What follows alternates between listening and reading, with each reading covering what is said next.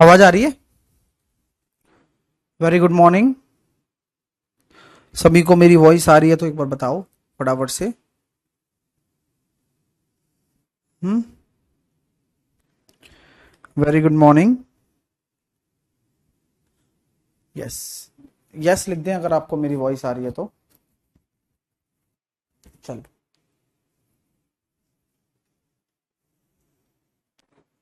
Okay. So start करते हैं आज की क्लास को। आप सभी का स्वागत है इस बैच में। हाँ। और नई शुरुआत इंसान को डराती जरूर है।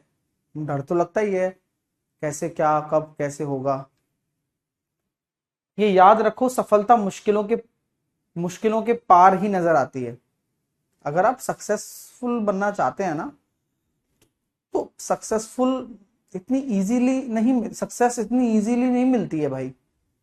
उसके लिए करना पड़ता है, अपने आप को पहले उसके काबिल बनाना पड़ता है। अब उस काबिल बनाने में कई सारी चीजें पीछे छूट जाती हैं। जो चीजें पीछे छूट जाती हैं उन पर दिमाग नहीं लगाना पड़ता, क्योंकि आपको आगे बढ़ना होता है। हाँ। ठीक है। तो बस लगातार पढ़ते रहे, लगातार देखते रहे। हाँ गौरिका, अगर आपको नोट से कुछ समझ में नहीं आता है तो वीडियो को रिपीट कर लिया करो, उस पोर्शन को रिपीट कर लिया करो वीडियो के, क्योंकि वीडियो तो ऑलरेडी रिकॉर्डेड रहती है आपके पास, है ना। हाँ। चलिए। कल वाली पीडीएफ थोड़ी लेट डली थी, शाम को डली थी, है ना, मैंने डलवा दिया था। आई थिंक टीम से मिस हो गई थी वो कल। ठीक है। हाँ, मैं नहीं डालता हूँ पीडीएफ, टीम को भेजता हूँ, वो डालती हैं, तो शायद उससे मिस हो गई थी कल। तो मैंने शाम को डलवाई है वो मैसेज करके, जब निशांत ने मेरे को कहा कि सर पीडीएफ नहीं आई है तब। हाँ। तो आई थिंक अब डल गई होगी। एक बार आप देख लेना, अब डल गई होगी, रात को ही डलवा दी थी। आइए स्टार्ट करते हैं चीजों को बिना किसी देरी के। कल की जो हमने कॉन्सेप्ट सीखे, आज हम करेंगे जेएसएम कॉन्सेप्ट। ठीक है। JSM, junior satisfactory method. Junior satisfactory method आज हम सीखेंगे, जेएसएम आज हम सीखेंगे। हाँ। चलिए। अभी भी नहीं आई है? नहीं है, नहीं सर अभी आया नहीं है। ठीक है, मैं ये बोल देता हूँ, दोबारा बोल दूंगा। ठीक है। ओके। कोई टेंशन नहीं है, डल जाएगी, है ना। हाँ, अभी जेएसएम हम शुरुआत करने वाले हैं, लेकिन उससे पहले हम जो पुराने क्वेश्चंस हैं पहले उनकी फाइल को निपटाएंगे, जिससे कि कोई ओवरबर्डन ना हो और आपके जो भी डाउट्स हैं जो आपने किए होंगे होमवर्क में वो आपके क्लियर हो जाएं। ठीक है। चलिएगा, आइएगा स्टार्ट करते हैं। हम थे शायद इस वाले क्वेश्चन से स्टार्ट करेंगे ना, 147 से।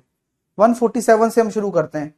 कोई भी बच्चे को परेशान होने की जरूरत थी नहीं वैसे, क्योंकि ये सब क्वेश्चंस क्या है, मैंने एक दिन पहले ही दे रखे थे, तो एक दिन वाली में मिल जाते, एक दिन पहले वाली में, है ना, तो आपको ऐसा कोई बहाना नहीं मिलेगा, अरे सर हम तो कर ही नहीं पाए क्योंकि पीडीएफ ही नहीं आई थी।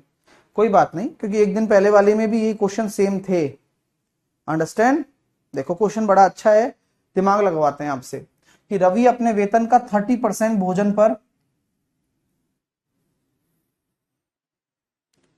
10% मकान के किराए पर, 3x% मनोरंजन पर और 2x% परिवहन पर खर्चा करता है। यदि माह के अंत में उसकी बचत इतने रुपया है, तो मासिक वेतन 21,000 रुपए है, तो एक्स का मान बताइए आप। पता अच्छी बात क्या है, बताओ कि यहां पर आपको वेतन दे रखा है 21,000 रुपए, और 21,000 रुपए पर 40% तो ये खर्चा वैसे ही हो गया। तो यहां मैं कह सकता हूं 21 चौके 8400 रुपया खर्चा हो चुका है। ठीक है। और 8400 रुपये ये खर्चा हो गया, और 3150 आपने बचत कर ली।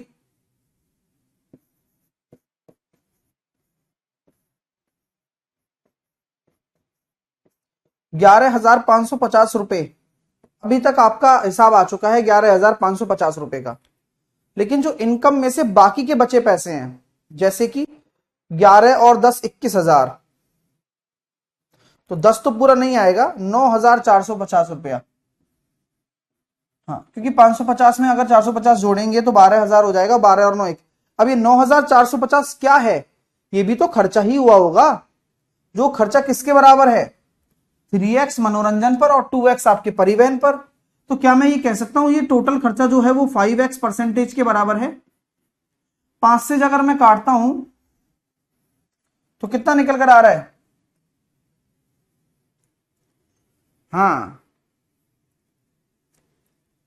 अब x की वैल्यू कुछ तो निकलेगी। 5 से अगर मैं काटता हूं तो 5 एकम 5, बचे कितने? 4, पन 8 40, पनाम 45, 1890 आ रहा है। अब 1890 का कोई दूर दूर तक ताल्लुकात ही नहीं है, तो कहीं कोई मिस्टेक तो नहीं हुई है भाई, चेक कर लो। हाँ, अब कई बच्चे इसको डायरेक्ट भी कर सकते हैं और कई बच्चे इसको इनडायरेक्ट भी कर सकते हैं। तो मैं ये कहना चाहता हूं भाई, ये जो 5x आया है वो ठीक है, लेकिन ये x परसेंट किसके रेस्पेक्ट में होगा ये तो बता दो एक बार। 1890 किसके रेस्पेक्ट में होगा? इनकम के रेस्पेक्ट में, ये मत भूल जाना, क्योंकि 1890 तो रुपए है, परसेंटेज थोड़ी ना है। तो कोई भी जो खर्चा होता है वो हमेशा इनकम के रेस्पेक्ट में होता है। तो यहां जो आंसर आ रहा है आपका 9 आ रहा है, तो x बराबर आपका निकल कर आएगा 9%। किसी को कोई दिक्कत परेशानी प्रॉब्लम हो तो मेरे को बताओ, क्योंकि क्वेश्चन इतना प्यारा है कि आप लोगों को परेशान कर सकता है। कैसे परेशान कर सकता है? जैसे कि आप यहां तक अटक गए थे, आपने 5x बराबर 9450 किया। एक बच्चा पूछ रहा है सर 9450 कहां से आया? 9450 कहां से आएगा बताओ? मैंने आपको बताया ना कि आपने 40% ये खर्चा अलग हटा दिया, 40% ये रहा, और 3150 रुपए आपने बचा लिए, ये बच गए। तो कुल मिलाकर आपकी इनकम में से इतने का तो हिसाब आपके पास है, तो कितने रुपए का कोई हिसाब नहीं है, इतने रुपए का नहीं है। तो ये हिसाब नहीं है, तो ये है कितने परसेंट के बराबर? तो ये आप डायरेक्ट कर सकते हो कि 5x परसेंट के बराबर है, लेकिन ये रुपया है, तो इनकम का कितना परसेंट है वो निकालना था। मतलब कैसी बातें करते हो यार मनीष, तुम ये तो बताओ मेरे को कि सर 9,450 कहां से आया। इसका मतलब दो चीजें तुम्हारे साथ हो रही हैं मनीष, और मनीष के जो जुड़े हुए छात्र हैं, आज ये कम से कम 3-4 क्लास बाद आया होगा भाई मनीष। तू कितनी क्लास बाद आया है? फिर मत कहना भाई साहब बिल्कुल समझ में नहीं आएगा। अगर आप बीच बीच में क्लास छोड़ोगे और आप मजे से आओगे यार, जब मर्जी आएगी तब समझने आ जाऊंगा, देखता हूं कौन समझा सकता है मेरे को, तब नहीं आएगा, है ना। सर एक्स स्क्वायर क्यों नहीं होगा? एक्स स्क्वायर क्यों होगा? कोई गुणा थोड़ी ना होता है। अगर मैं बोलूं कि 30% है और 10% है, तो मैंने 40% जोड़कर ही तो लिया है। क्या मैंने 300% ले लिया क्या? तो बेवकूफी की चरम सीमा पर पहुंच चुके हो क्या तुम? है भाई, है गौरव भाई? मैंने अगर आपके दिमाग से मैं चलूं तो ये गुणा करने पर 300 होना चाहिए, तो वहां गुणा क्यों कर रहे हो? जुड़ रहा है सब कुछ, खर्चा तो घटता है ना भाई साहब। हम कोई सक्सेसिव थोड़ी लगा रहे हैं। सक्सेसिव तो हम तब लगाते जब सक्सेसिव हम कब लगाते? जब बीच में रिमेनिंग होता। यहां रिमेनिंग कहां है? कहीं है ही नहीं, तो फिर काहे की बुद्धि लगा रहे हो खामोखा की? हाँ चलिए, क्योंकि आप अपनी मर्जी से सोच रहे हो, जो मैंने कॉन्सेप्ट बताए हैं ना उन पे रिलाई करो। समझ में आ रही है बात? अब जैसे अगला क्वेश्चन है, आप मेरे कॉन्सेप्ट के थ्रू चलो, अपने दिमाग से मत चलो। रमेश अपनी आय का 40% भोजन पर, 18% मकान के किराए पर, 12% मनोरंजन पर और 5% वाहन की खर्च पर। तो अब मुझे बताओ, क्या कोई यहां सक्सेसिव लगेगा? क्या लग ही नहीं सकता, क्योंकि जिनको पता है, जिनके पास नोट्स में लिखा हुआ है।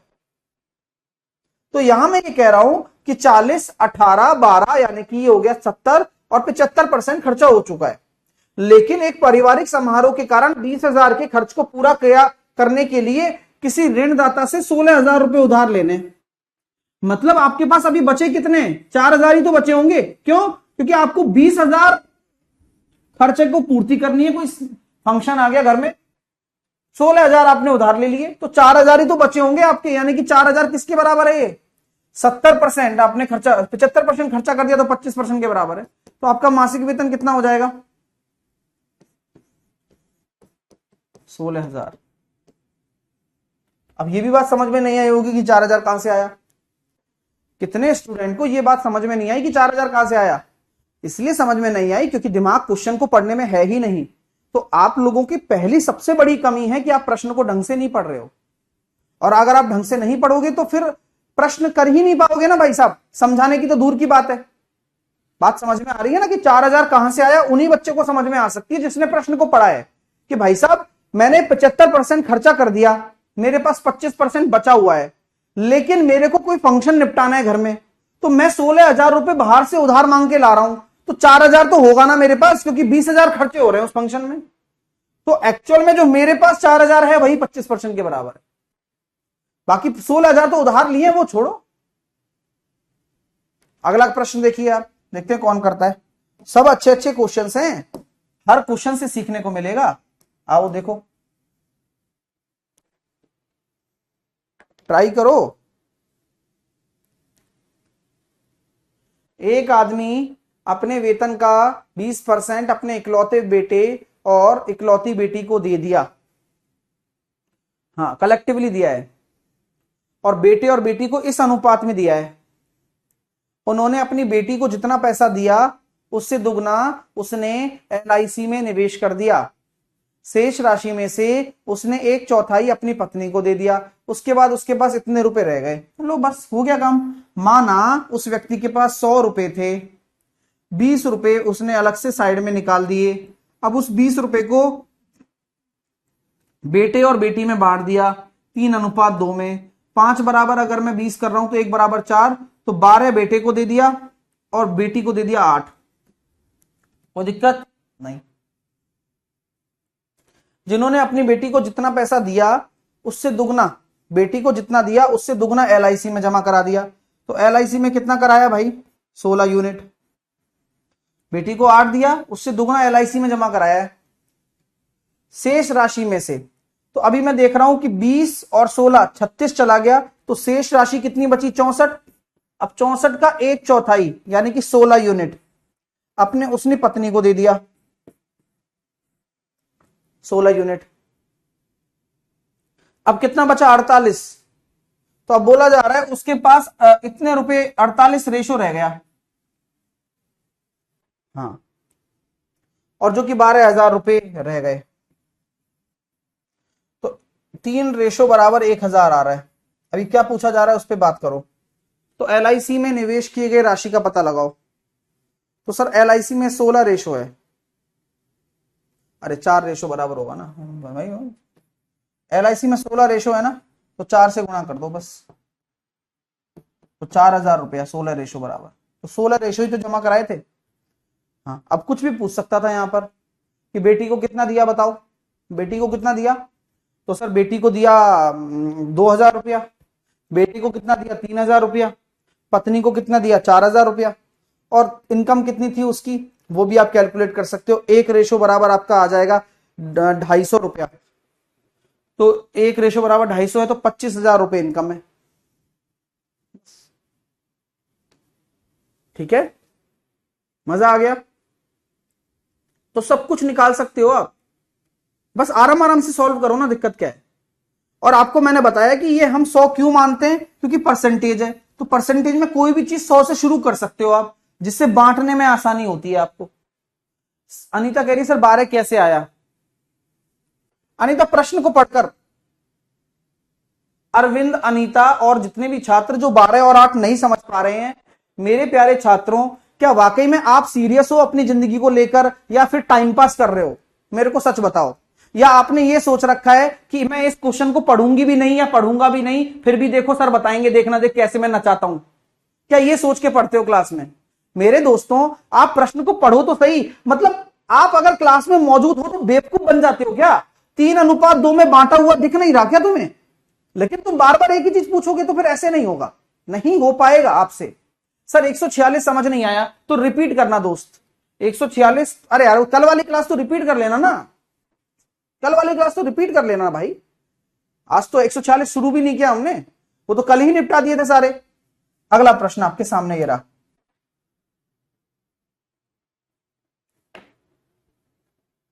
सर 10 क्यों नहीं, 10 से फिर पॉइंटों में चला जाता ना, 10 इसलिए नहीं माना।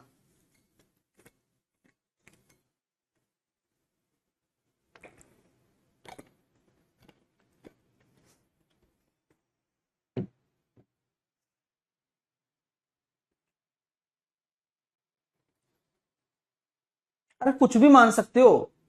हम्म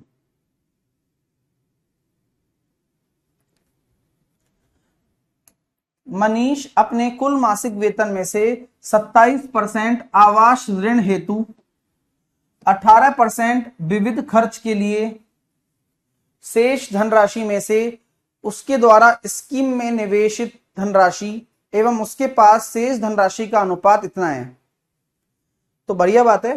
तो मैं ये कहना चाहता हूं कि 45% तो उसने अपना खर्चा वर्चा कर दिया, अब बचा कितना, 55%। अब उसने 55% को कैसे काटा है कि शेष धनराशि में से स्कीम में और स्कीम में निवेशित राशि एवं उसके पास शेष का अनुपात इतना है। तो मैं कह सकता हूं 4:7 है, तो 11 बराबर अगर 55 है तो 1 बराबर आपका 5 हो गया। यानी कि क्या मैं कह सकता हूं 20 आपका स्कीम में डाला है और बाकी जो बचा हुआ हिसाब है वो कितना है, 35। 100 के रेस्पेक्ट में चल रहे हैं। तो यदि स्कीम में 4500 रुपए निवेश किए तो उसका वेतन कितना है, बता दो भाई। वेतन साफ साफ दिख रहा है, 22,500 दिख रहा है ना भाई। खत्म हो गया क्वेश्चन, कहां है दिक्कत। स्कीम में 4500 डाला है तो आपको एक रेशो की वैल्यू निकालनी है, या 100 रेशो की निकाल लो। 100 के लिए 5 का गुणा इधर कर दो, 5 का गुणा इधर कर दो, क्योंकि 100 टोटल होता है और हमसे टोटल ही पूछा है, इसीलिए 100 मान लेते हैं हम। तो आप एक रेशो की निकालोगे फिर 100 का करना पड़ेगा। हाँ, नेक्स्ट क्वेश्चन देखेंगे आप, आराम से करेंगे, कोई जल्दबाजी नहीं है, आराम आराम से समझ समझ कर करो, क्योंकि ये सबसे बेस्ट क्वेश्चंस हैं इनकम एक्सपेंडिचर पर।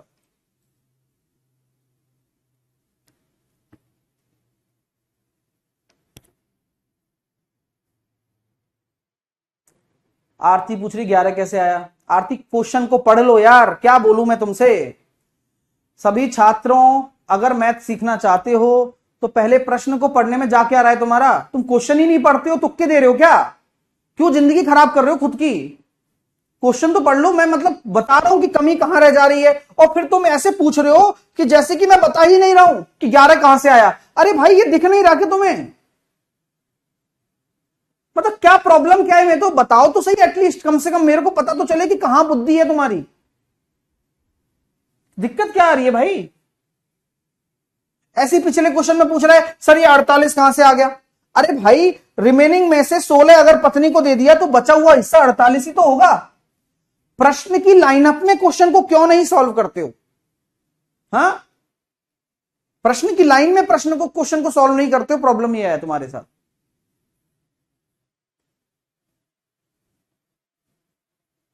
हाँ, कुछ नहीं करके आते हैं ये लोग, बस मुंह उठाते हैं, चलो चलो 9 बजे चलते हैं क्लास में, ठीक है आ गया तो ठीक है, वरना कोई बात नहीं, अगले कोर्स में पढ़ लेंगे किसी और से। ये सीखने नहीं आ रहे हैं बच्चे, मुझे ऐसा लग रहा है, रेगुलर भी नहीं आते हैं कई बच्चे तो।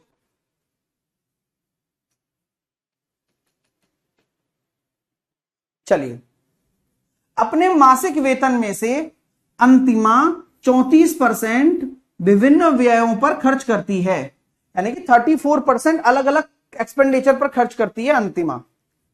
अब बचेगा उसमें से वह अपने भाई को 1/6 भाग दे देती है, बचे वाले हिस्से में से 2/3 भाग अपनी बहन को, और शेष वह बचत के रूप में रखती है।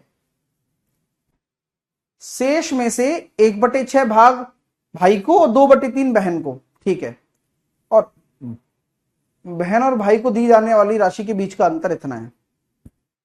मेरा दिमाग ये कहता है कि भैया अगर आपके पास 100 इनकम है तो अंतिमा अपने अलग अलग खर्चों पर 34% अगर खर्चा करती है तो 34 खर्चा कर देती है। अभी बचेगा कितना, 6, 40, 66 बच रहा है, कोई दिक्कत, 66। ये अंतिमा का क्या है, बचा हुआ हिस्सा है ना, मतलब शेष हिस्सा, शेष हिस्सा। वह अपने भाई को 1/6 दे देती है, तो इसी में से तो दे रही है, तो भाई का 1/6 मतलब 11, और इसी का 2/3 बहन को, ये भाई को और 2/3 बहन को, तो 44 बहन को हो गया। अभी 66 में से दिया गया है ये, अब शेष कितना रह गया, 11, ये रिमेनिंग है, शेष वह बचत के रूप में रखती है। अभी बोला गया है कि भाई और बहन को दी गई राशि का अंतर इतना है, तो भाई और बहन को दी गई राशि का अंतर 33 है, तो 33 बराबर 10, 26, 0, 11 से काटा मैंने 3 बार, 11 नाम 99, नहीं कट रहा क्या, अंतिमा की बचत निकालनी है ना, कट नहीं पा रहा है। देखना, उसकी बहन और भाई को दी गई राशि के बीच का अंतर दे रखा है 10, 250।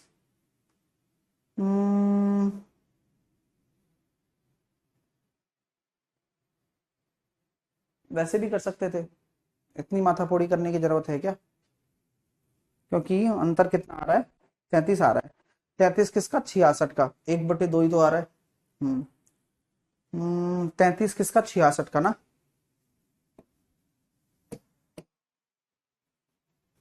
बात समझ रहे हो, अंतिमा की बचत पूछी गई है, 11 रेशो निकालना है, आ गया आंसर तो, क्योंकि 33 रेशो बराबर आपका कितना है, 10, 260 है ना, और अंतिमा की बचत कितनी है, 11 रेशो है, तो 3 का भाग दे दो आप, तो आंसर आ गया। तो 3 3 9, 3 चौके 12, 3 दूनी 6, 3420 ही आपका राइट आंसर होगा। तो पूरा काटने की कोई जरूरत ही नहीं है, डायरेक्ट आंसर आ चुका है। तो दिक्कत समझ में आया ना, कि दिमाग मैंने बाद में देखा कि भाई साहब पूछा क्या गया है, बचत पूछी गई है, तो बचा तो 11 ही था ना, तो मेरा जो डिफरेंस आ रहा था ना भाई और बहन वाला 33, उसमें मेरे को 3 से ही काटना है, मेरे को 11 से काटना ही नहीं है, क्योंकि 11 रेशो की तो डायरेक्ट आंसर ही अपना आंसर है, 11 रेशो की वैल्यू ही तो अपना आंसर है। लॉजिक क्लियर हुआ क्या। अब ये एग्जामिनर करता है गड़बड़ कि पहले कटवाता नहीं है, लेकिन लास्ट में वही जो नहीं कटने वाला हिस्सा है वही पूछ लेता है। आंसर आ चुका है, कैसा लग रहा है बताते जाएं। प्रश्न अच्छे हैं, और जो कॉन्सेप्ट्स आपने सीखे हैं बस उन्हीं पे रिलाई करो डियर, आपको अपने आप समझ में आने लगेगा। आप जो चीज सोचकर आए हो कि यार बहुत आसान पढ़ाई है मैथ, तो आसान है वाकई में, लेकिन आपने एक चीज नोटिस की होगी कि आसान तब लगेगी जब आप क्वेश्चन को ढंग से पढ़ोगे। सब अच्छे अच्छे क्वेश्चंस हैं। अगला क्वेश्चन देखते हैं, अगला करेंगे, आराम से करो यार, देखो मजा आपको आना चाहिए जिससे मेरे को भी आएगा, क्योंकि मैं तो हर चीज करा रहा हूं ना।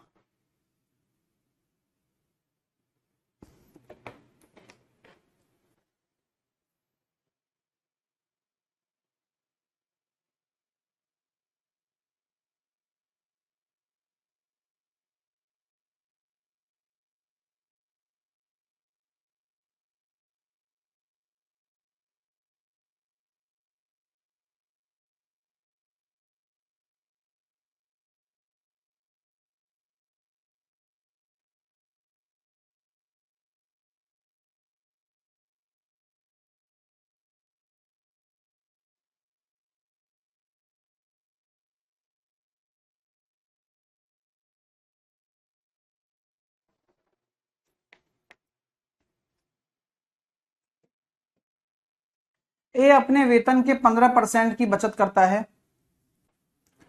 जबकि बी अपने वेतन के 24% की बचत करता है। मतलब ए 15% की बचत कर रहा है, बी 24% की बचत कर रहा है, और दोनों समान वेतन पाते हैं। तो मेरी बात सुनो, तो क्या मैं कह सकता हूं कि बी की बचत इतने रुपए है, तो बी की बचत इतने रुपए है, तो 24% बराबर मैं कर दूं, क्योंकि बी की बचत तो 24% है, तो 24% बराबर 1920 रुपया है। तो यहां से 100% यानी कि बी की इनकम आ जाएगी, और बी की इनकम दोनों ए की इनकम के बराबर है। तो 24 से हमने काटा कितनी बार, 8 तिया 24, 8 दूनी 16, 8 चौके 32, 3 अट्ठे 24, यानी कि ये चला गया 8 बार। तो क्या मैं कह सकता हूं 8000 आ रही है मेरे पास इनकम टोटल, कि ए की भी इनकम यही है और बी की भी इनकम यही है, क्योंकि दोनों की इनकम सेम है, ऐसा बोला जा रहा है। तो ए की भी इनकम अगर 8,000 है तो उस 8,000 का कितना परसेंट निकालना है? 15%, क्योंकि वही ए की बचत पूछा है उसने। तो 15 8 120 यानी कि 1,200 रुपए आपकी बचत हो गई। ये ए की बचत हो गई।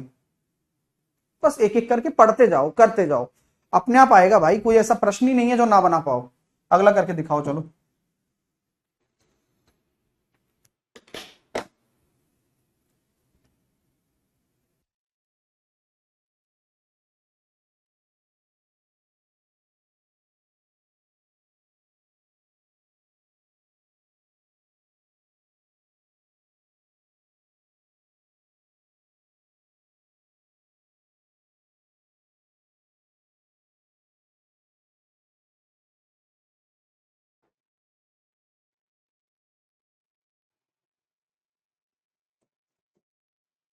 एक व्यक्ति अपनी आय का 75% व्यय करता है। 75% यानी कि 3/4 आय का।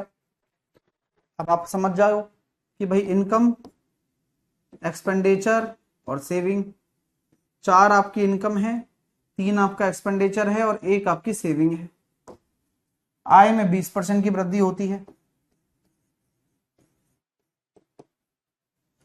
अपने व्यय में 10% की होती है।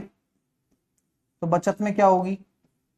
कौन सा कंसेप्ट है? डायरेक्ट मेथड लगा सकते हैं। तो 80 में से 30 गया तो 50%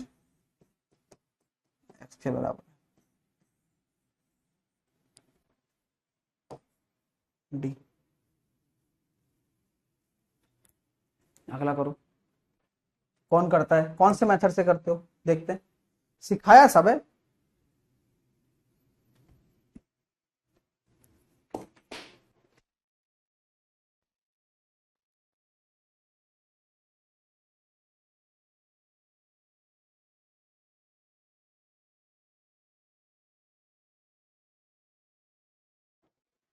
ए अपनी आय का 80% बचाता है। 80% यानी कि 4/5। 5 इनकम है, 1 एक्सपेंडिचर है, 4 सेविंग है। ये इनकम है, ये एक्सपेंडिचर है और ये सेविंग है। आय में 20% की वृद्धि, 20 से गुणा कर दिया। उसकी बचत में पहले ही समान रहती है, मतलब बचत में 0%। तो व्यय में क्या होगा? तो व्यय उसका 100% हो जाएगा। 100% की वृद्धि हो जाएगी व्यय में।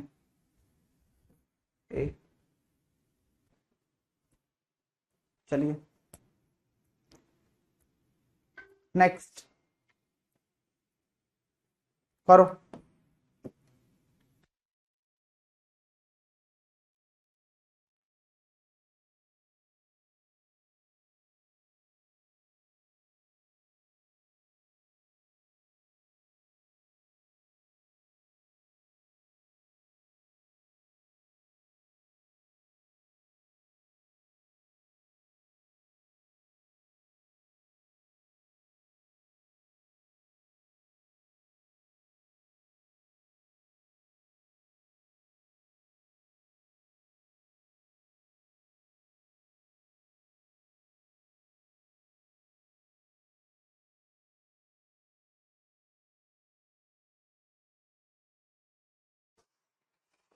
ए अपनी आय के 25% की बचत करता है। 25% की बचत यानी कि 1/4। तो इनकम 4 है और 1 आपकी एक्सपेंडिचर और सेविंग। एक्सपेंडिचर आपका 3 है और सेविंग आपकी 1 है। आय में 20% की वृद्धि होती है तो 20 से गुणा कर दिया। उसकी बचत पहले के समान ही रहती है यानी कि 0%। कोई भी वृद्धि नहीं हुई तो 0% ले सकते हो आप। और एक्सपेंडिचर में क्या होगा तो देख लेते हैं। तो ये हो गया सर 20 चौके 80/3, तो 26.66। नेक्स्ट खत्म। अगला, अंकित का खर्च उसकी बचत का 150% है। तो अंकित का जो खर्च है उसकी बचत का 150% है।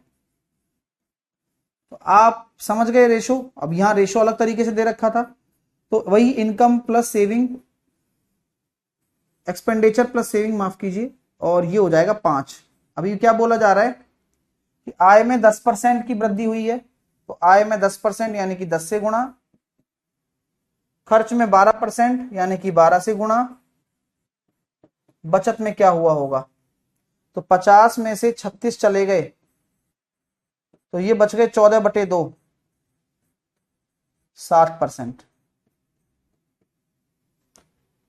मजा आ रहा है, कर पा रहे हो?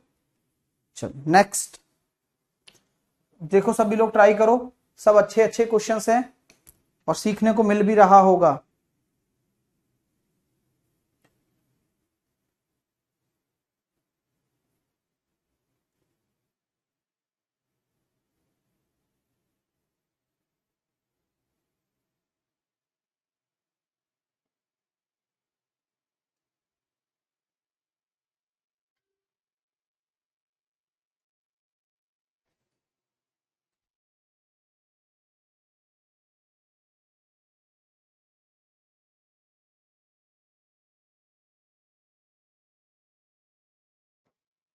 एक व्यक्ति अपनी आय का 4% बचाता है, 4% यानी कि कितना हो गया, 1/25, किसका, अपनी आय का।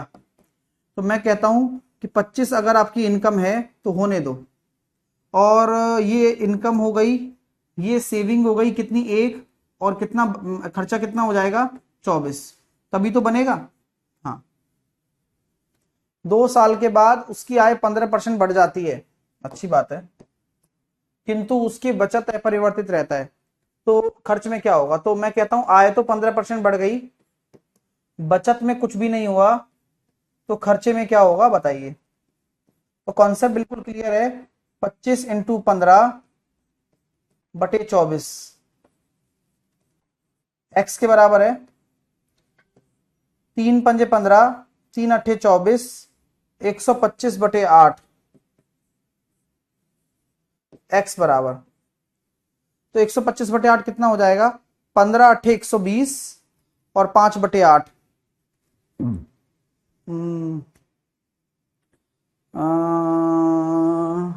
D option. अच्छा लगा, मजा आ रहा है क्वेश्चन करने में, हर क्वेश्चन बना पा रहे हो ना, किसी भी तरह से घुमा दिया जाए चाहे भले से, कर पा रहे हो। हाँ, जिनका 14.875 आ रहा है पूजा, बहुत प्राउड महसूस होता है मेरे को, सच्ची बोल रहा हूं कि आप अच्छा कर रहे हो, कि 14.875 आंसर दे रहे हो आप, बिना सॉल्व करे दे रहे हो यार। हाँ, चलिए नेक्स्ट।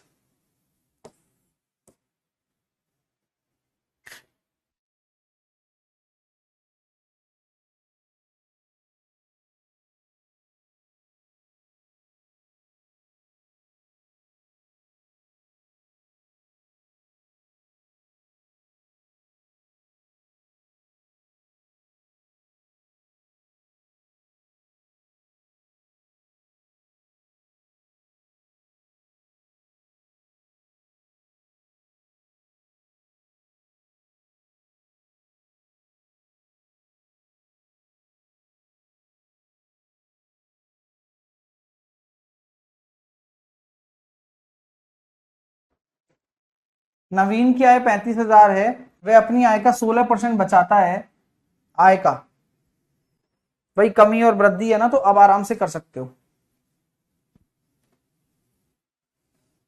16% बचा रहा है पैसे में, अरे वाह, चलो दिमाग लगवाता हूं तुम्हारा।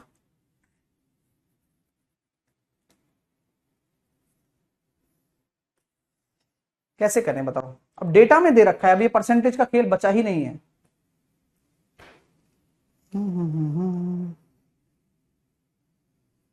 सोचें, चलो 16% बचाता है सर, तो पहले हम नॉर्मल तरीके से करते हैं, अगर ये नॉर्मल क्वेश्चन होता तो 4 चौके 16 और 25 चौके 100, यानी कि 25 अगर आपकी इनकम है, 4 अगर आपकी सेविंग है, तो 21 आपकी क्या होगी, एक्सपेंडिचर होगा।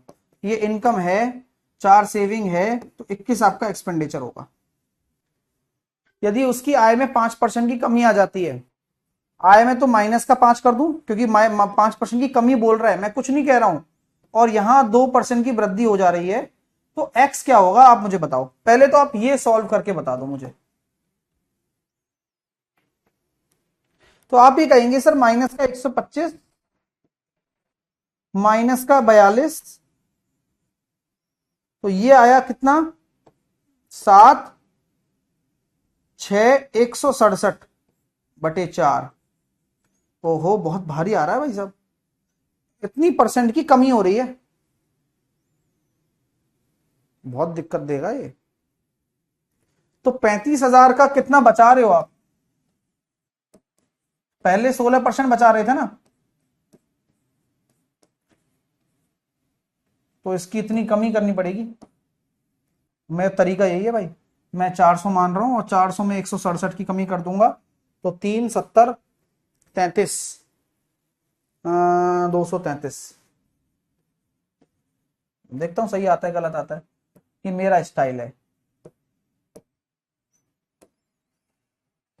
5 7 35, 5 8 40, 8 दूनी 16, 233 इंटू 14, मुश्किल आएगा यार।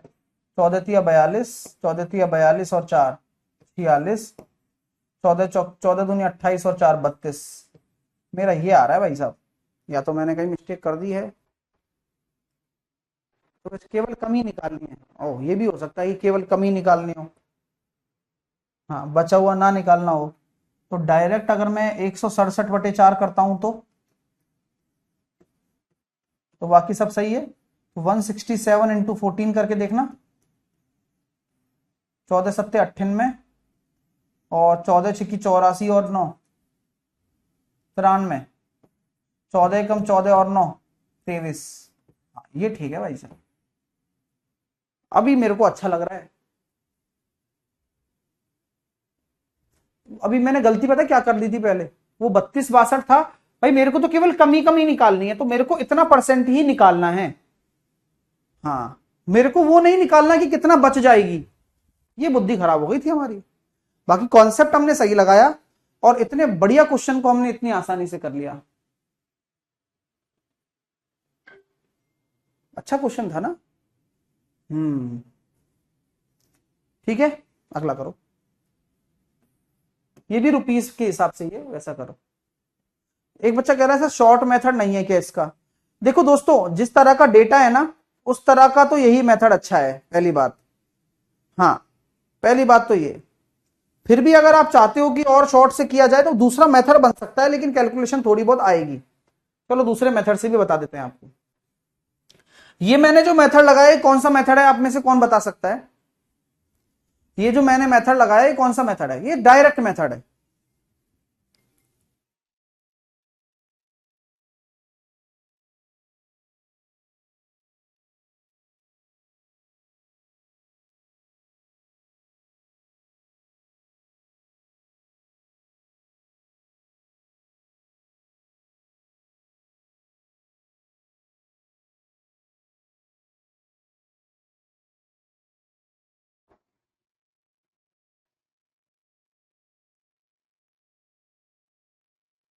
डायरेक्ट मेथड है। चलिए, नवीन क्या है 35,000 है, वह 16% बचाता है। तो मैं अभी नवीन की आय पे ध्यान नहीं दे रहा हूं, मैं दे रहा हूं कि मान लो 100 अगर मेरी आय है और 16 में बचाता हूं, तो मैं खर्चा कितना कर रहा हूं 84। बात समझ में आई। अब बोला जा रहा है सर आय में 5% की कमी हो जाती है, यानी कि नई आय कितनी हो गई 95 और व्यय में 2% की वृद्धि हो जाती है, तो इसका 2% कितना होगा 1.68, यानी कि ये कितना हो जाएगा 85.68। तो आपकी बचत कितनी हो जाएगी 9.2232। किसी को कोई बताओ, कोई दिक्कत है तो बताओ भाई, दिक्कत नहीं हो तो टेंशन ही नहीं है। तो आपको कितनी कमी दिख रही है सेविंग में, आप इसका और रेशो निकाल सकते हो चाहो तो, और चाहने के ऊपर ही डिपेंड करता है कि भाई 4 चौके 16, 4 दूनी 8, बचा 1, 4 तिया 12 और 4 तिया 12। तो 4 से अगर 2.33 हो गया तो कितने की कमी दिख रही है ऐसे में पैसे के रेस्पेक्ट में देख रहे हो कितना रेशो, 1.67 है। बहुत खूबसूरत। इसकी वैल्यू निकालनी है अपन को। तो मैं ये कह सकता हूं कि 35,000 का 16% कितना आ जाएगा, 35 दूनी 70 और 8 7 56। तो 4 बराबर अगर 56 है तो 1 बराबर आपका 14 आ गया। तो यहां 14 से गुणा कर दूं डायरेक्ट, बाद में थैंक्स भेजना। मजा आ गया नहीं आ गया? तो ये एक मेथड ये भी है। तो दिमाग का खेल है भाई साहब सारा। मैंने ये जो 4 था इसको किसके बराबर किया, 35,000 के 16% के बराबर, क्योंकि पहले वाली बचत है ही यही मेरी। तो हमें वैसे भी पॉइंट पॉइंट से कोई लेना देना नहीं है, हमें तो आंसर से मतलब। चलिए नेक्स्ट,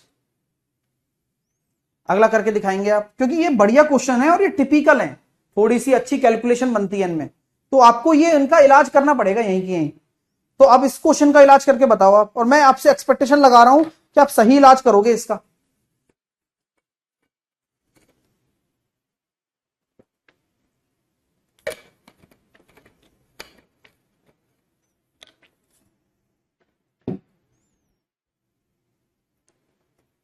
पैंतीस हजार का 16%, अमोल 35,000 का 16%।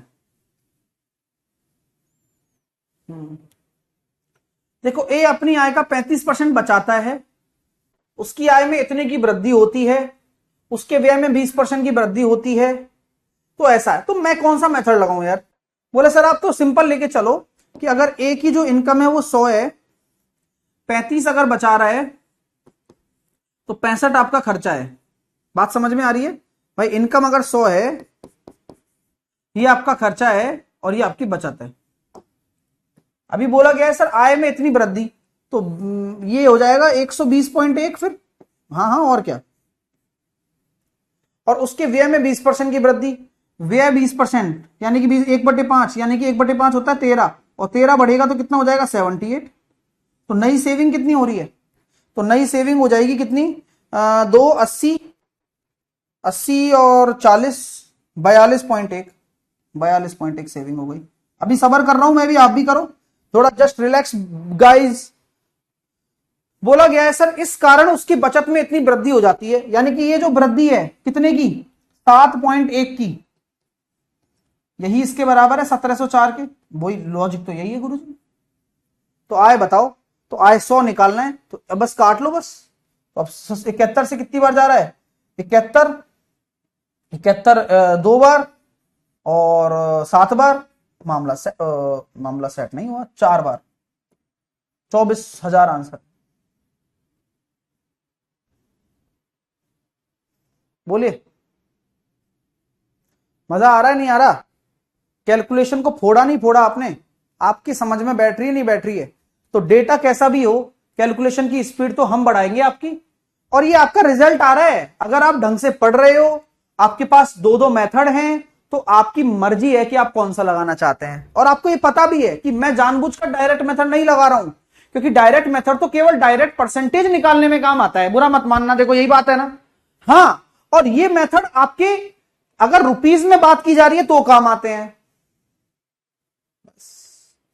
नेक्स्ट, अगला देखिए कौन करता है, आराम से समझ के करना, जल्दबाजी नहीं है, आप समझदार हैं मुझे पता है।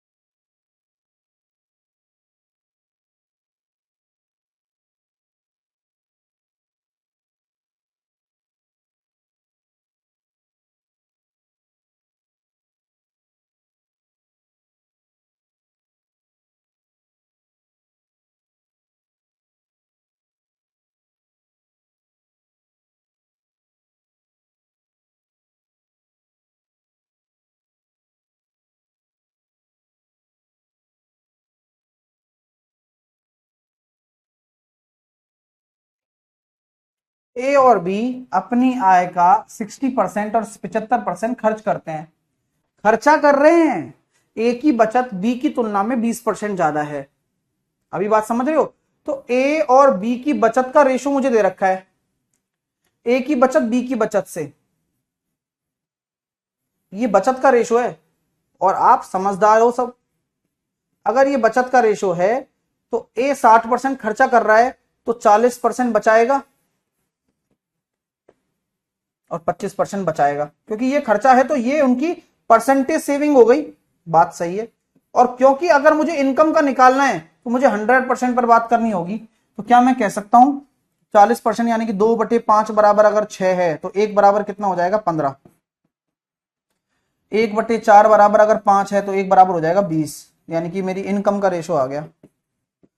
तो 5 तिया 15, 5 चौके 20, तो बोला क्या गया, ए की आय बी की आय से कितना कम है, एक है बी की आय से, यानी कि 4 से 25% कम। मजा आया? क्लास में कराया हुआ कॉन्सेप्ट है। विपिन जो 10 आंसर दे रहा है और उसने लाइन लगा दी भाई साहब। और लाइन आदमी तब लगाता है जब वो प्योरली कॉन्फिडेंट हो कि वो सही कर रहा है। बट विपिन की बदकिस्मती ये है कि वो गलत कर रहा है।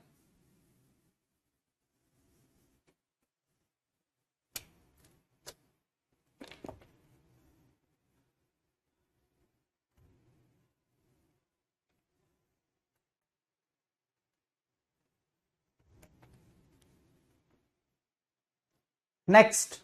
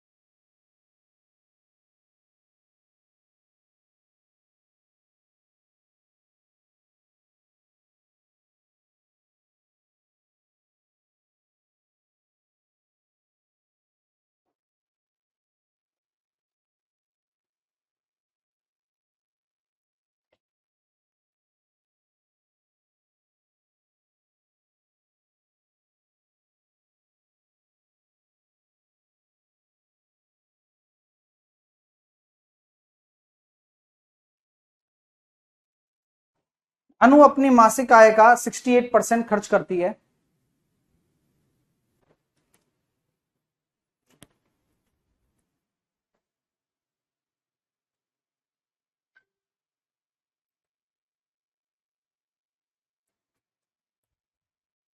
यदि उसकी मासिक आय 20% बढ़ती है और उसकी बचत में इतने परसेंट की वृद्धि हो जाती है, तो कितने प्रतिशत की वृद्धि हो? कौन सा मेथड लगाओगे? मेरे तो डायरेक्ट मेथड जम रहा है।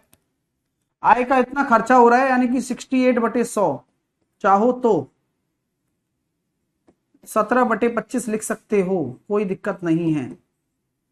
इनकम 25, एक्सपेंडिचर 17 और सेविंग 8। बात समझी? बात समझ गए? चलिए, अभी बोला जा रहा है सर मासिक आय में 20%, तो 20% का डायरेक्टली गुणा किया जा सकता है, कोई दिक्कत नहीं है। एक्स, ठीक है। यहां क्या करूं? तो 9 8 72 और 3 75, 75/800 तो कर ही सकते हो आप। गलत कह रहा हूं क्या? 800 नहीं करना चाहो तो मेरी बात मानो, तो 75/8% तो कर ही सकते हो आप। गलत कह रहा हूं क्या? नहीं। तो 8 से 8 कट गया, परसेंटेज को रहने दो, क्योंकि 25 दूनी 50, 500 में से अगर 75 चले जाते हैं, तो 500 में से 75 चले जाते हैं तो 425 बच गया, और 425/17 क्या आ जाएगा? परसेंटेज में आ जाएगा, मासिक व्यय। तो 17 दूनी 34, 34 और 17 पंजे 85, 25% आंसर आ रहा है। एक बार लॉक कर दो ना। मजा नहीं आया तो बोलो।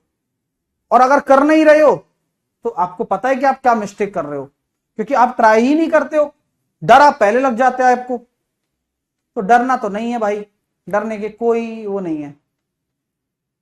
अगला प्रश्न आपके सामने ये रहा, आराम से करो, कंसेप्ट पकड़ के चलना भाई साहब, है ना, छोड़ना नहीं है कंसेप्ट को। एक व्यक्ति अपनी आय का इतना बचाती है, इतना बचा रही है, यानी कि समझ जाइए आप, इनकम अगर 3 रेशो है और एक्सपेंडिचर आपका 2 होगा और सेविंग आपकी 1 होगी, क्योंकि एक इतना बचा रही है ना। हाँ, तो बचत में 22%, डायरेक्टली 22 से गुणा किया, खर्च में 10%, तो आय में कितना?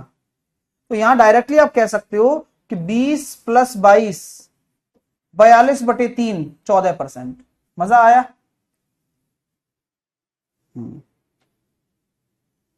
मजा आया नहीं आया बता दो।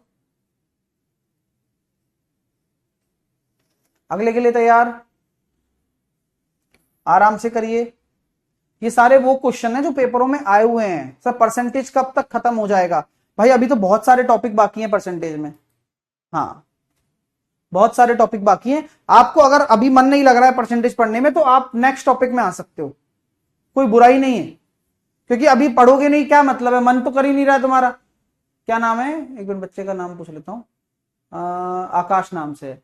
ठीक है भाई आकाश, हम नाम याद रखते हैं वैसे, और 365 पीछे नंबर के, वो भी याद रखते हैं। ठीक है, एक्चुअल में क्या है, ये वही बच्चे हैं जो 2-2 3 दिन में चैप्टर खत्म करना चाहते हैं। अब इनको मिल रहा है पूरा पढ़ने को और इतने कम रुपए में, तो इनको बड़ा मजा नहीं आ रहा, मतलब इनको ऐसा लग रहा है अरे यार ये क्या कर दिया, गलत हो गया।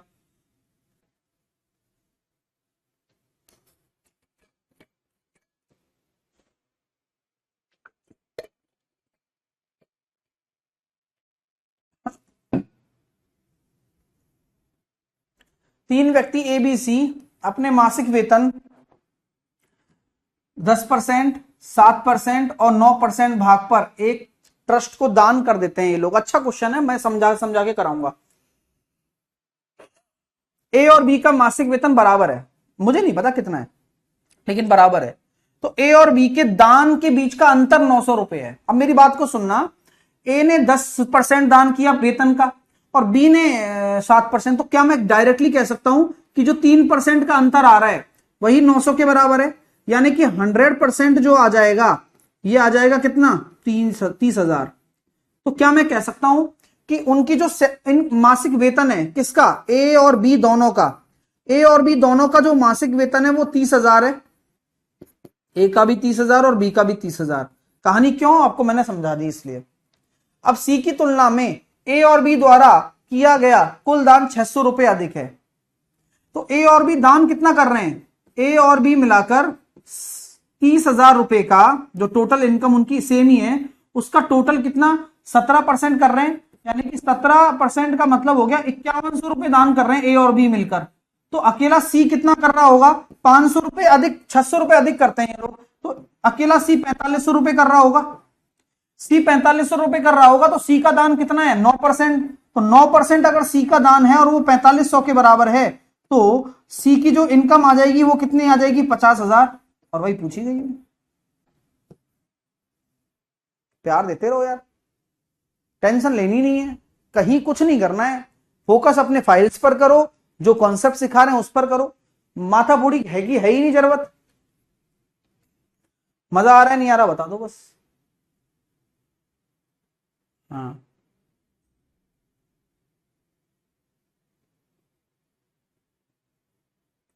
चलिए, क्योंकि क्या होता है गणित में शुरू के कुछ चैप्टर होते हैं उनमें समय लगता है, उसके बाद हलवा बन जाता है चैप्टरों का, क्योंकि आप लोगों को सब आ जाता है। हाँ, अगला प्रश्न ये रहा, देखो करके बताओ।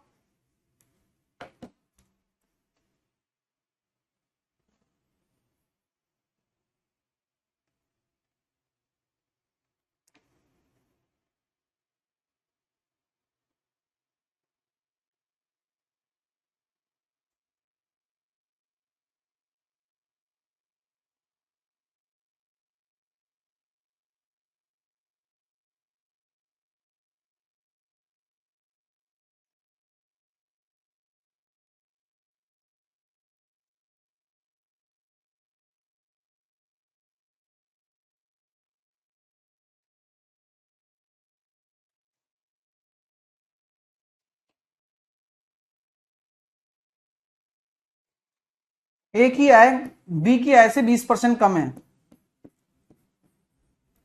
बी की आय 5 है तो ए की आय 4 है, सी की आय ए और बी की आय के योग का 70% है 6.3, डी की आय सी की आय से 25% अधिक है। कल कराया भी था ऐसा क्वेश्चन। डी की आय सी की आय से 25% अधिक है,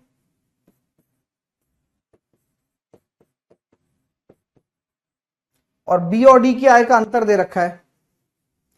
तो मैंने बताया था आपको 5 और 5 दिया 15, 31.5 बटे 4, तो -5 करेंगे तो ये आ रहा है 11.5 बटे 4 बराबर 23,000। 0 पॉइंट हटाएंगे, 0 लगाएंगे तो 23 पंजे 115, 5 से काटा 20, जी कितना आ गया 8 चौके 32,000 आंसर आ गया। सही तो है। विजय बैच में करवाया था ऐसा क्वेश्चन, आपके बैच में भी होगा सर। 60,000 का 70%, 17% कहां से आ गया यार। करिए अगला करो। एक निश्चित कीमत पर 156 किलोग्राम चाय खरीदी जाती है। यदि कीमत में 35% कम हो जाए तो चाय कितनी अतिरिक्त मात्रा खरीदी जा सकती है, बताओ। तो कैसे करोगे, 35% कम हो जाए कीमत, तो प्राइस कितनी हो रही है, 35% होता है 7/20, तो मैं ये कहता हूं कि 20 से जो आपकी प्राइस है वो 13 हो गई, तो कंजम्पशन 13 से 20 हो जाएगा। तो पहले 156 किलोग्राम खरीदा गया, तो अतिरिक्त मात्रा कितनी खरीदी जा सकती है, 7 रेशो, तो 12 सत्ते 84 केजी।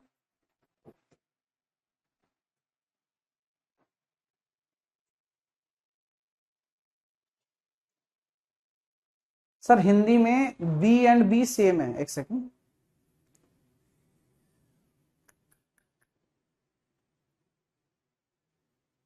कहां सेम है, हिंदी इंग्लिश में कहां गड़बड़ है भाई, सही तो है। कहां लग रही है हिंदी रॉन्ग,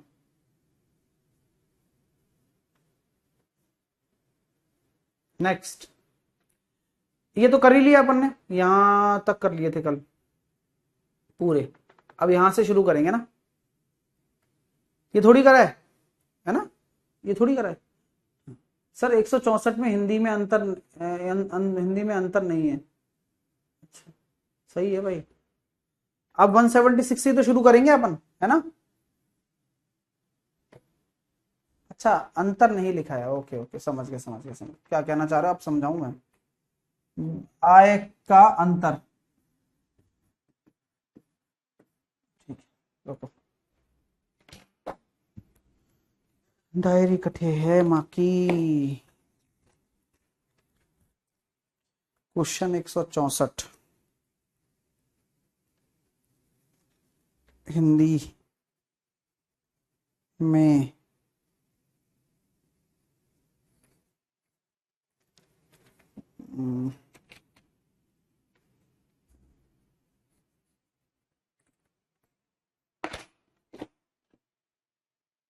सर 165 नहीं हुआ सर, हो तो गया।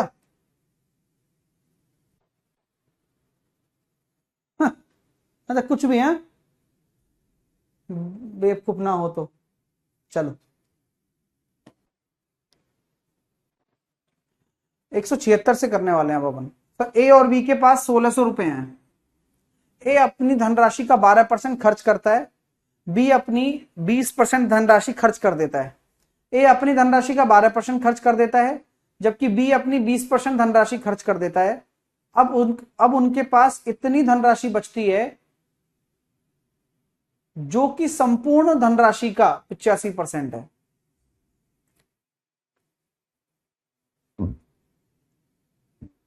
मैं ये कह सकता हूं क्या, ए अपनी धनराशि का 12% खर्च करता है तो 88% बचाएगा, बी अपनी धनराशि का 20% खर्च करता है तो 80% बचाएगा। तो 88 और 80 में एलिगेशन लगाने पर लास्ट में 85 बचता है। गुरुजी लग गया ना, मजा आ गया। तो 5:3 आ रहा है ये तो यानी कि बांट दो। तो ए के पास धनराशि बची तो 1600 रुपए है ना, तो 8 बराबर 1600, 1 बराबर 200, तो ए के पास 1000 रुपया बच गए, उसके पास 600 रुपये बचे, तो 1000 रुपये आंसर आ गया।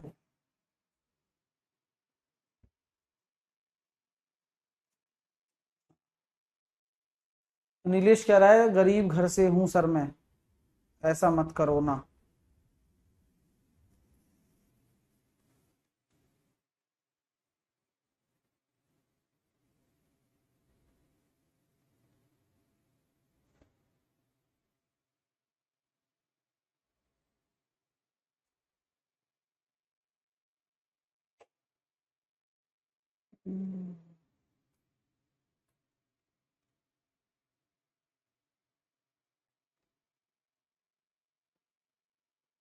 नीलेश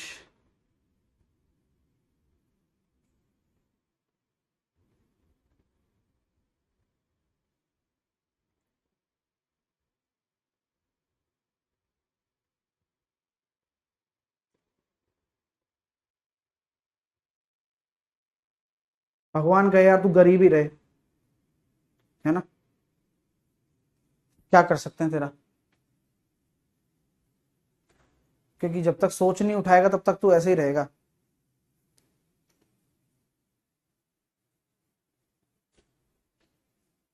अब कई बच्चों को लग रहा है सर ये कैसे कर दिया, ये तो सर बहुत अच्छी बात कर दी, लेकिन कैसे कर दी ये बताओ।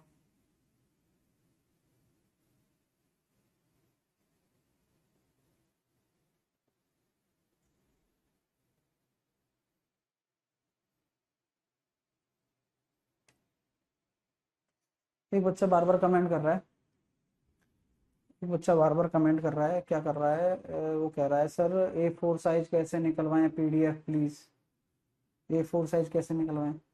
निकलवा के भेज तो दी घर मैंने विवेक, बाकी अच्छा तो तुम्हारे नहीं आई थी, अच्छा तुम रेगुलर नहीं थे क्लास में, अच्छा जिनकी 99% अटेंडेंस थी उनकी आई है, घर पे पहुंच गई है PDF। आप लोगों की नहीं होगी, आपकी नहीं होगी विवेक, इस वजह से नहीं आ पाई है। तो पहले आप अपनी अटेंडेंस पूरी करिए, फिर नेक्स्ट आपको मिल जाएगा, है ना। अच्छा ये वाले के प्रश्न में बच्चों को डाउट आ रहा था कि सर ऐसे कर दिया, कोई दूसरा तरीका भी बताओ। ये एलिगेशन लगा है, एलिगेशन कैसे लगता है ये एलिगेशन में सीखेंगे हम, लेकिन एलिगेशन यहां लग जाता है, एक मेथड है। समझाने की कोशिश मैं एक बार करता हूं जिससे कि आप लोगों को समझ में आ सके। एलिगेशन एक ऐसी चीज है जो किन्हीं दो चीजों को मिलाकर तीसरा अगर रिजल्ट बन रहा हो तो लगता है। ऐसा हो रहा है क्या, हाँ, ए की धनराशि पर इतना खर्चा है, मतलब तो आपको पता लगा इतना खर्चा हो रहा है, बी की धनराशि पर इतना खर्चा हो रहा है, लेकिन दोनों संपूर्ण धनराशि पर इतना बचाते हैं, तो मैं कहता हूं कि उतना खर्चा तो इतनी बचत, तो ए की बचत, बी की बचत और कुल मिलाकर बचत, तो बचत बचत बचत में एलिगेशन लग गया, इसलिए फायदा हुआ। और एलिगेशन लगता कब है, जब क्वांटिटी जो होती है वो इन दोनों के बीच में होगी। तो है तो 5 और 3 क्या आ गया, उनकी बचत का रेशो आ गया, तो यहां वो 1000 रुपए बचा रहा है और यहां 600, बांट दिया ना 1600 रुपए को, ऐसे हुआ। क्लियर है माय डियर, हाँ या ना में जवाब दे दो भाई, समझ में आ रहा है ना। सर 880, हाँ। कितनी धनराशि बची है,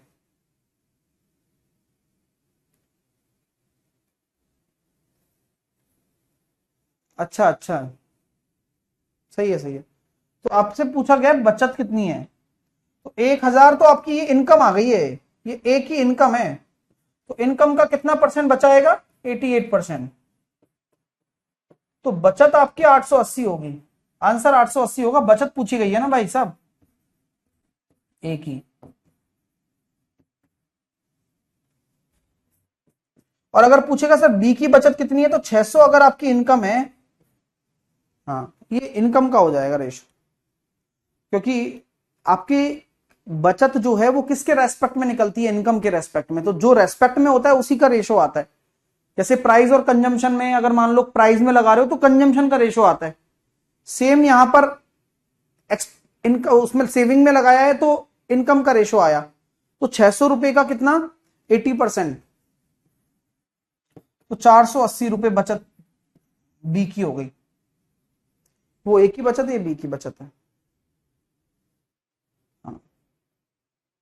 अभी चलो ये मेथड तो आपको समझ में आया हुआ या नहीं आया हो, लेकिन दूसरे मेथड से करते हैं, वो मेथड आपको समझ में आ जाएगा। तो क्या मैं कह सकता हूं क्या कि सर देखिए ए अगर 12% खर्च करता है तो 88% बचाएगा, बोलिए हाँ या ना। प्लस बी अगर 20% खर्चा करता है तो 80% बचाएगा, बोलो हाँ या ना। और कुल मिलाकर क्या हो रहा है, ए और बी मिलकर कितना बचा रहे हैं, 85%। क्या ये बात लगाने में आपको कोई संकोच समस्या दिक्कत है तो बताओ भाई, चीज तो वही है। अभी ये मैंने एलिगेशन की बजाय इक्वेशन में बना दिया कि दोनों की जो बचत आएगी वो कुल बचत के बराबर होगी। तो अब यहां से सॉल्व कर रहे हैं, तो यहां से आ रहा है 3a/100 बराबर 5b/100। तो क्या मैं कह सकता हूं ए और बी का रेशो आ गया 5/3, क्या वही चीज आ गई। तो ए की जो इनकम आ जाएगी वो 1000 और बी की इनकम आ जाएगी 600, क्योंकि 1600 को ही तो बांटना है। आपकी बचत निकालेंगे तो बचत 880 और इसकी 480, ये बचत। कैसा लगा बताओ, ये समझ में आ गया। हाँ, नया टॉपिक जेएसएम होगा, लेकिन पहले फाइल निपटाएंगे, कोई लोड नहीं छोड़ेंगे आपके ऊपर। हाँ, क्लियर है। अगला प्रश्न देखेंगे आप।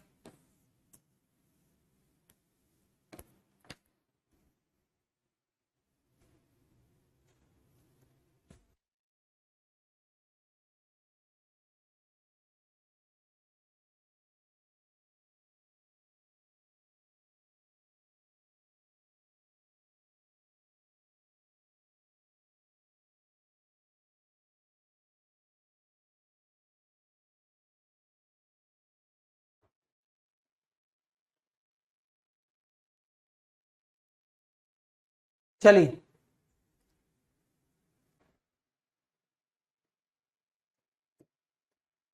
दो विद्यार्थी एक परीक्षा में शामिल होते हैं, एक छात्र दूसरे को 17 अंक अधिक मिलते हैं, है ना। एक छात्र को दूसरे से 17 अंक ज्यादा मिलते हैं और उसके अंक दोनों के अंकों के योग के 60% हैं। तो मैं ये कहता हूं कि एक छात्र का अंक दोनों छात्रों के अंकों के योग का 60% है, यानी कि 3/5 है। तो क्या मैं कह सकता हूं एक छात्र को अगर 3 मिल रहे हैं तो इसको तो 3 मिल रहे हैं, इसको 2 मिलेंगे तभी तो 5 बनेगा। सही है। तो आपके सामने ये स्थिति आ गई कि पहले छात्र और दूसरे छात्र के जो अंक हैं उनका जो अनुपात आ रहा है वो 3 और 2 आ रहा है, जिनका जो अंतर आ रहा है वो 1/17 हो जाएगा। तो पहले वाले को 51 और दूसरे वाले को 34 अंक प्राप्त होंगे। हाँ, तो 34 और 51 एक ही ऑप्शन है।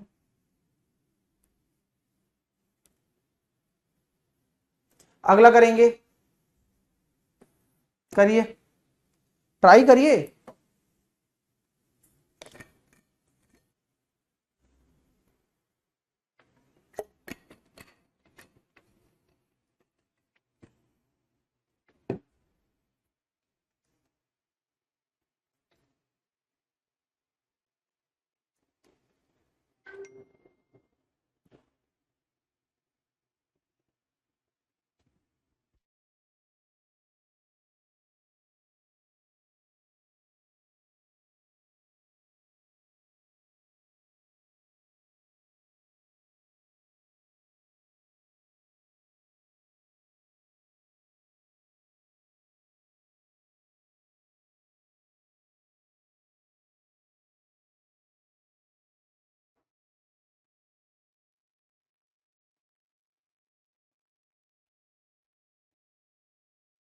एक परीक्षा में एक छात्र को 30% अंक प्राप्त होते हैं और वह 25 अंकों से फेल हो जाता है।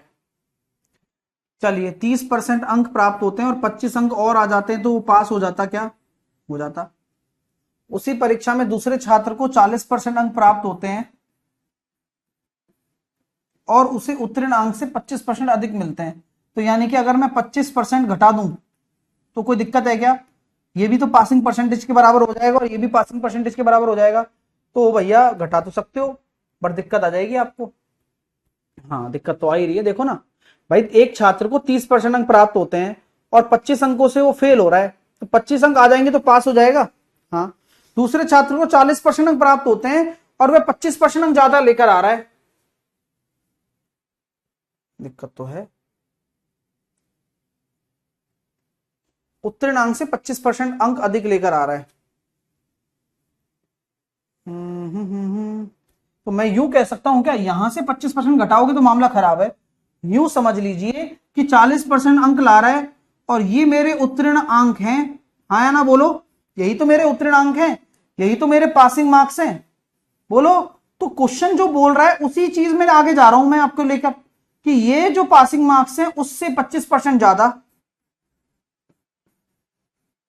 सही है। तो बस 150% प्लस 125 बराबर 160%, तो 10% बराबर 125, तो 100% बराबर 1250। अभी आपसे पूछा कुछ नहीं गया, पूछा गया उत्तीर्णांक कितना है, तो उत्तीर्णांक मैं ये कह सकता हूं कि 30% प्लस 25, तो 30% करूंगा, 10% बराबर 125 है, तो 30% बराबर कितना हो जाएगा, 375, प्लस का 25 करना जरूरी है क्योंकि यही पासिंग मार्क्स है, तो 400 नंबर आपके पासिंग मार्क्स हो गए। मेरे दोस्तों क्वेश्चन कैसा लगा बताइएगा दिल से आप, क्वेश्चन में मजा आया नहीं आया? क्योंकि भाई साहब बहुत तगड़ा क्वेश्चन है, आप गलत कर लोगे मुझे पता है, कई बार तो बच्चे गलत कर ही देते हैं।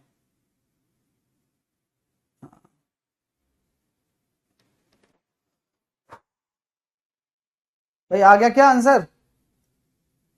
किस स्टूडेंट का आंसर आ चुका है? 500 मत दो भाई अमित, 500 मत दीजिए। 500 क्यों दे रहे हो, जब 500 आएगा ही नहीं तो क्यों देना? 400 नंबर आंसर आएगा। क्वेश्चन बड़ा प्यारा है, मैं दोबारा बताऊं, दोबारा समझाऊं? हाँ, 30% अंक प्राप्त होते हैं और 25 अंकों से फेल हो जाता है, तो 25 और अंक आएंगे तो पास हो जाएगा। This is called passing marks. अब बोला गया है कि एक दूसरे छात्र को 40% अंक मिल रहे हैं जो कि पासिंग मार्क्स से 25% ज्यादा है, तो पासिंग मार्क्स से 25% ज्यादा है, बराबर कर दिया। अगला करो, फिर सेम कॉन्सेप्ट पर है, गलती मत करना, बहुत अच्छा क्वेश्चन है ये। हाँ, लास्ट तक क्वेश्चन पढ़ना तभी कर पाओगे, और फिर भी नहीं बनता है तो आप अपने मर्जी से करके देखो एक बार, फिर मैं समझाऊंगा, है ना भाई। मैं ऐसी चीजें बता रहा हूं जो बहुत काम आएंगी पेपर में आपके।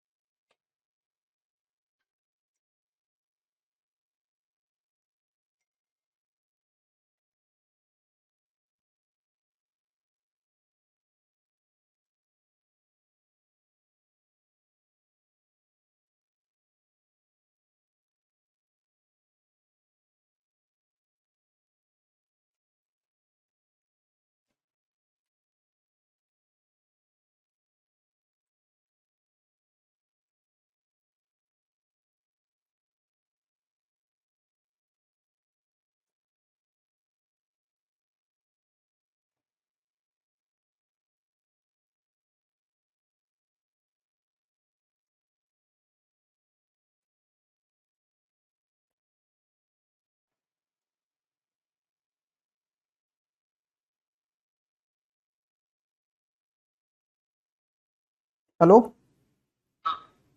हाँ रुद्रा, क्लास साहिल सर बोल रहा हूँ। हाँ, क्या कह रहे हो? सर बोलो सिलेबस पहले से कंप्लीट करवा दें। पहले सिलेबस खत्म करवा दें हाँ सर। और क्वेश्चन नहीं करवाएं? सर हम लोग का एग्जाम है सर दूसरा जगह। दूसरा जगह एग्जाम है? एग्जाम कितने दिन बाद है? ये सर 20 दिन। 20 दिन बाद है, तो 20 दिन में पूरा मैथ हो जाएगा? सर उसका सिलेबस कंप्लीट करवाते ना सर, तो ये थोड़ा बहुत इधर उधर क्वेश्चन कर लेते। तो मेरी बात, आप मतलब आपकी बात मैं समझ रहा हूँ कि 20 दिन में आपको कोर्स खत्म करना है, कहने का मतलब ये है ना? नहीं सर, हम नहीं बोल रहे सर खत्म करना, मतलब बोल रहे हैं कि सर उसको सिलेबस को कंप्लीट करवा के उसके बाद क्वेश्चन करवाते। मतलब पहले 20 दिन में सिलेबस कंप्लीट करा दें? सर 20 दिन के बाद नहीं बोल रहे सर हम। मतलब कितने दिन में कराएं सिलेबस कंप्लीट, ये तो बताओ। सर सिलेबस कंप्लीट करवा दे तो उसके बाद क्वेश्चन करवाते ना सर, तो ठीक रहता मेरे हिसाब से। तो सिलेबस कैसे कंप्लीट होता है? मतलब सिलेबस किस तरह से मानते हो कंप्लीट आप, कि भाई थ्योरी थ्योरी करा दें पहले? हाँ सर। केवल थ्योरी थ्योरी, उसमें क्वेश्चन वोश्चन नहीं कराएं एक भी? हाँ। और थ्योरी से पूरा समझ में आ जाएगा?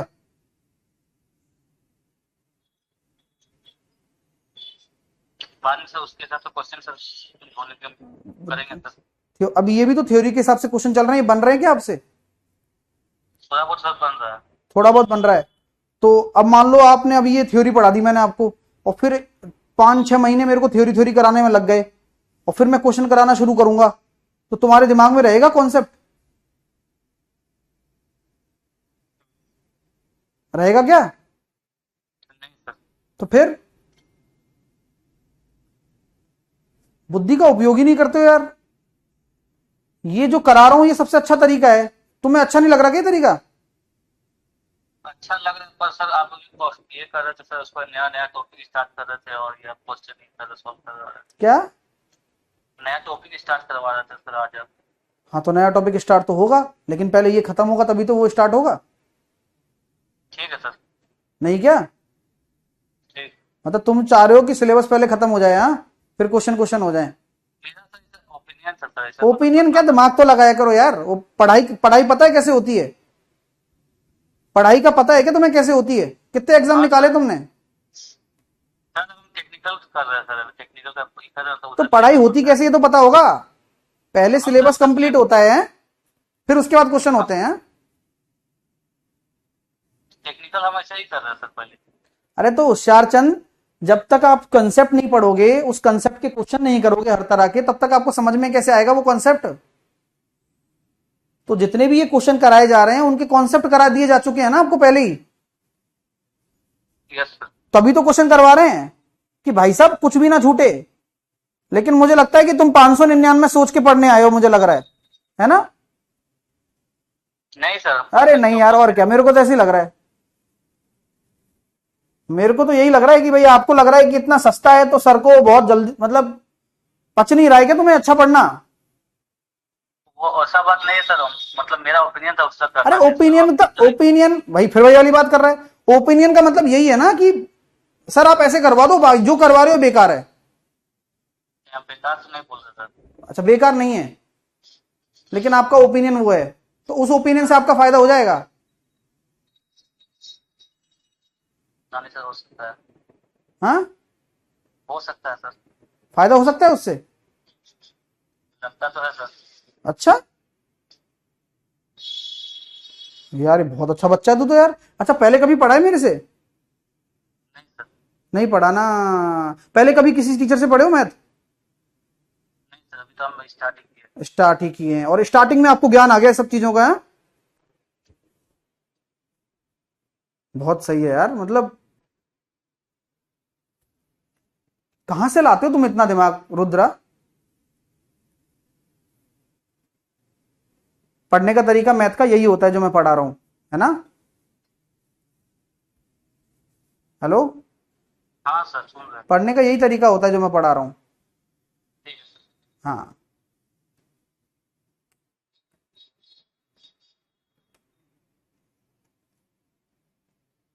ये लोग क्या करते हैं, इन्होंने दिया है 599, बार बार 599 पे आना पड़ता है मेरे को, क्योंकि अजय जैसे बच्चे, रुद्रा जैसे बच्चे ये सोचते हैं कि घास क्यों नहीं कट रही है यार।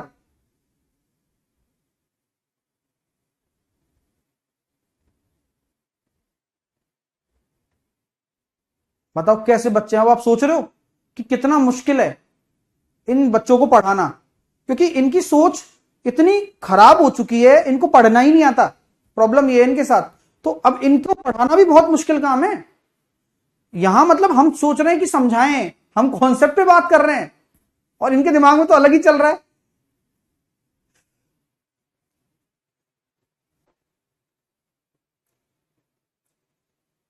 ओपिनियन दे रहा है। ओपिनियन तब दिया जाता है कि जब ओपिनियन की कोई मायने हो। ओपिनियन के कोई मायने नहीं है तो नहीं दिया जाता है। अगर कोई ज्ञान हो, कोई एक्सपीरियंस हो कि कैसे कराई जाती है चीजें।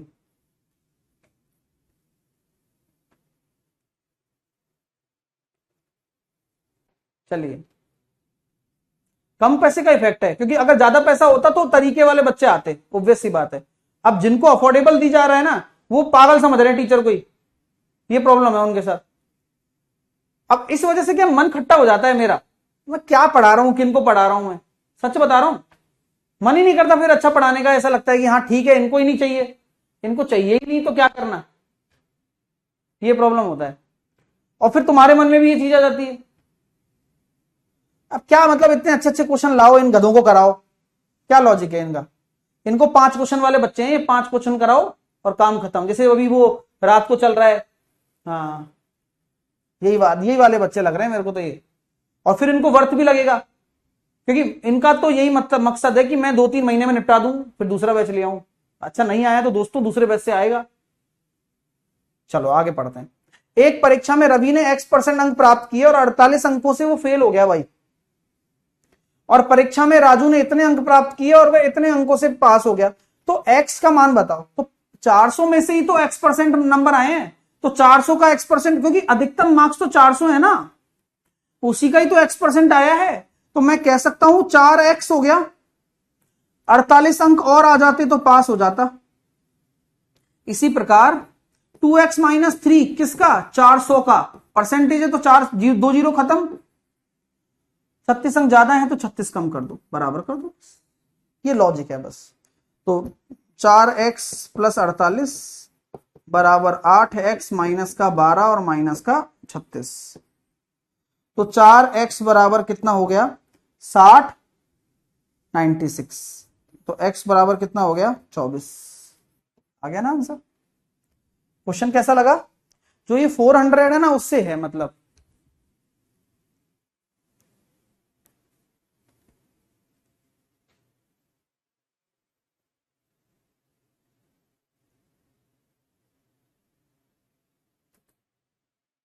चलिए आइए,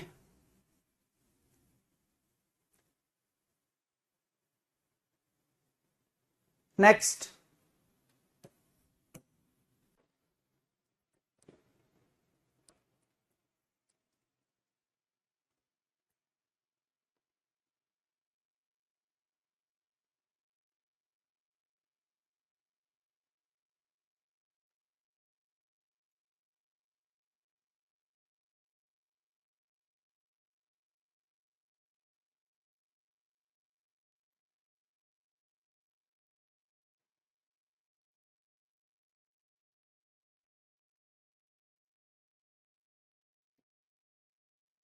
x बराबर YZ है, यदि y तथा x इसके मूल मानों से 20% की कमी हो जाती है तो x में क्या होगा। तो ये क्वेश्चन नॉर्मल क्वेश्चन नहीं है, ये उसी तरह का है कि लाइन ऑफ कंक्लूजन वाला। y और z में कमी हो रही है ना, तो यहां सक्सेसिव लगा सकते हो, 5 से 4 और 5 से 4, तो 55 25 और 4 चौके 16।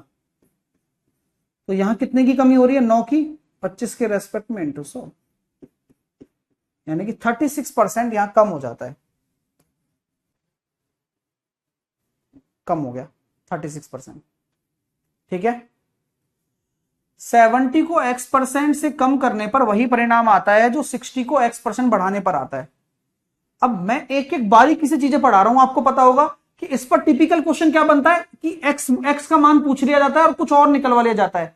तो मैंने आपको क्या सिखाया था, कॉम्पोनेंडो डिविडेंडो, कि 70 का अगर X% कम कर रहे हो तो 100 - X बराबर 60 का अगर X% बढ़ा रहे हो तो वो बराबर हो जाता है। तो ये लाइन आपको डायरेक्टली लिखनी चाहिए, 100 + X अपॉन 100 - X बराबर 7/6।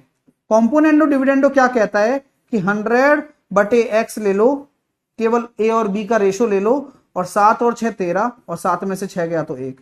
तो X बराबर अपने आप निकल कर आ गया 100/13%, यानी कि 7.69। तो 91 का इतना परसेंट निकालना है भाई, 91 का 100/13, 7 आ गया।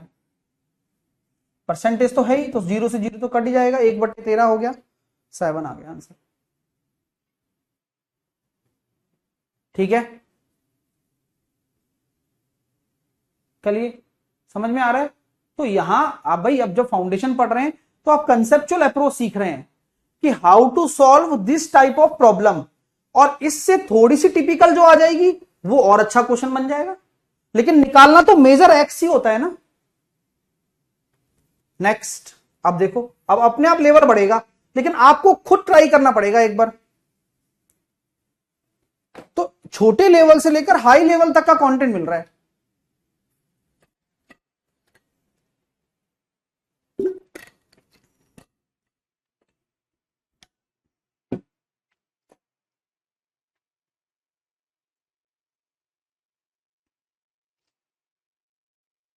हम्म।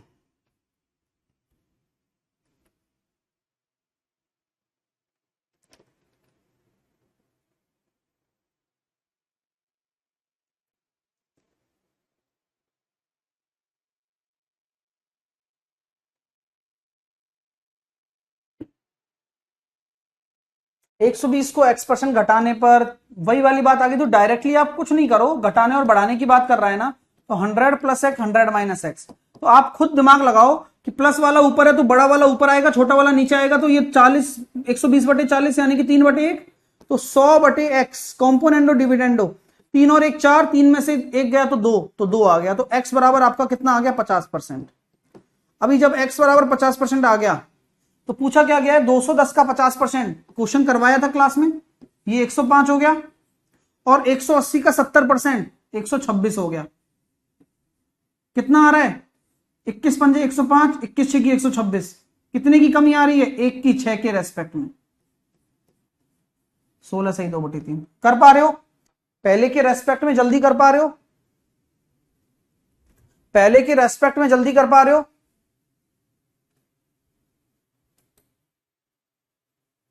वेरी गुड, यही तो चाहते हैं हम आपसे। नेक्स्ट करो।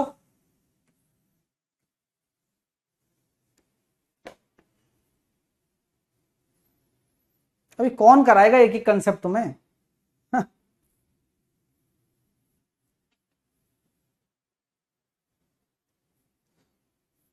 केवल यही मिलेंगे।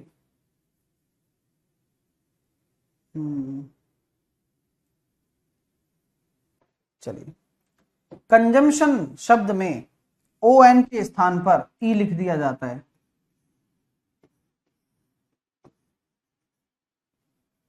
तो अक्षरों की संख्या में कितने प्रतिशत की कमी होती है, ओ एन के स्थान पर ई लिख दिया जाता, तो ओ एन ये रहा और ओ एन ये रहा, तो 1 2 3 4 5 6 7 8 9 10 11, 1 2 3 4 5 6 7 8 9 10 11। अब मैं बोलता हूं टोटल मेरे पास 11 शब्द हैं, 11 मतलब अल्फाबेट हैं, अक्षर हैं, और बाकी मैंने ओ एन को ई से रिप्लेस कर दिया, तो कितने की कमी आ गई, तो पहले 11 थे और अब कितने रह जाएंगे 1 2 3 4 5 6 7 8 9, 2 की कमी 11 के रेस्पेक्ट में, तो 18.18। अगला, फोटोग्राफ में पीएच के स्थान पर एफ लिख दिया जाता है, तो अक्षरों में कमी बता दो।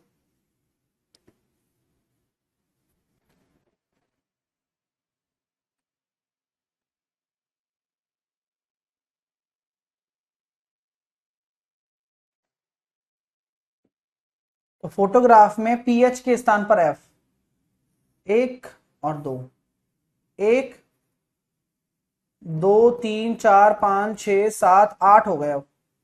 पहले कितने 1 2 3 4 5 6 7 8 9 10, तो 20% आ रहा है, 2 की कमी हो गई ना 10 के रेस्पेक्ट। चलिए, अब यहां से आगे 185, ये आसानी से कर सकते हो।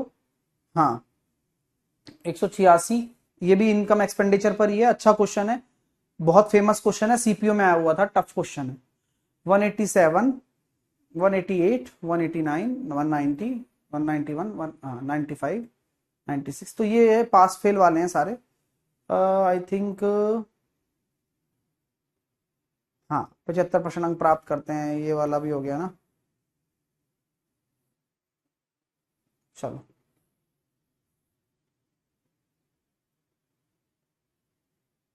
इसके बाद में जो क्वेश्चंस आपके हैं 201, ये जेएसएम से शुरू है ना, ये वाली फाइल जेएसएम की है।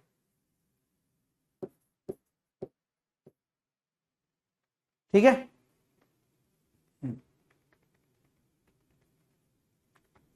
चलो नेक्स्ट क्लास में मिलते हैं।